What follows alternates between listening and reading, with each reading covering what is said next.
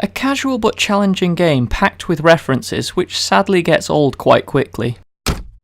This is Peace, Death, a newish release based around reviewing the appearance of people and making a judgment on whether they deserve to go to heaven or hell. It's a casual prejudice simulator. The story is along the lines of you are a reaper who is all out of food, and food costs money, so you need a job.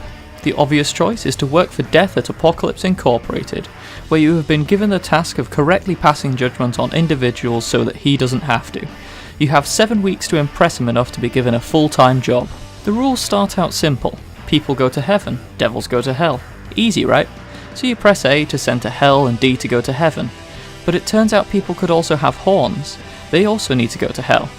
But people can hide horns with hats, so you need to remove the hats to check.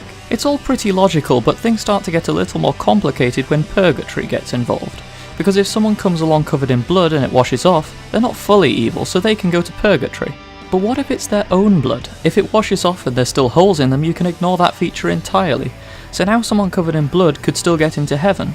This is just one of the many examples of how a fairly simple check quickly gets gradually more and more complicated. And it doesn't stop there, because there's also time paradoxes, which means that certain individuals have to be sent to a specific place because the Time Lord said so.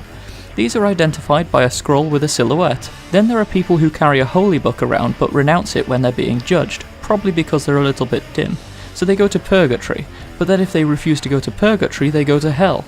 So now someone that was a holy person could now go to hell. To add to all of these logic checks, you're also on the clock. Decisions have to be made, otherwise the elevator won't make it to the correct destination, and if you start making incorrect decisions, the elevator slows down and can even stop.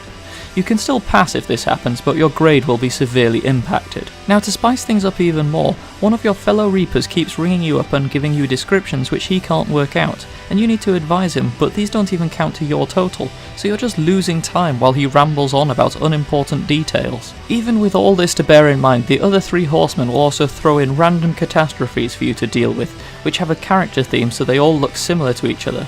And you're also on a 4-second timer to make your decisions before they just wander through. And there's loads more other random events to deal with as well. For a relatively simple game, you have to admire the amount of content they've packed into it. But it's not all bad news, as you do actually have the opportunity to buy some one-time perks, which can make the levels a little bit easier for you. You can buy power-ups to avoid catastrophes, reduce the number of features on your clients, and give you a little extra time. But this all costs money, so you can't expect to have that helping hand all of the time, especially since Death keeps asking for a loan to stop the world's latest disaster. The graphics are your usual pixelated indie title deal. Nicely done, but equally the same stuff that you've seen a million times before by now.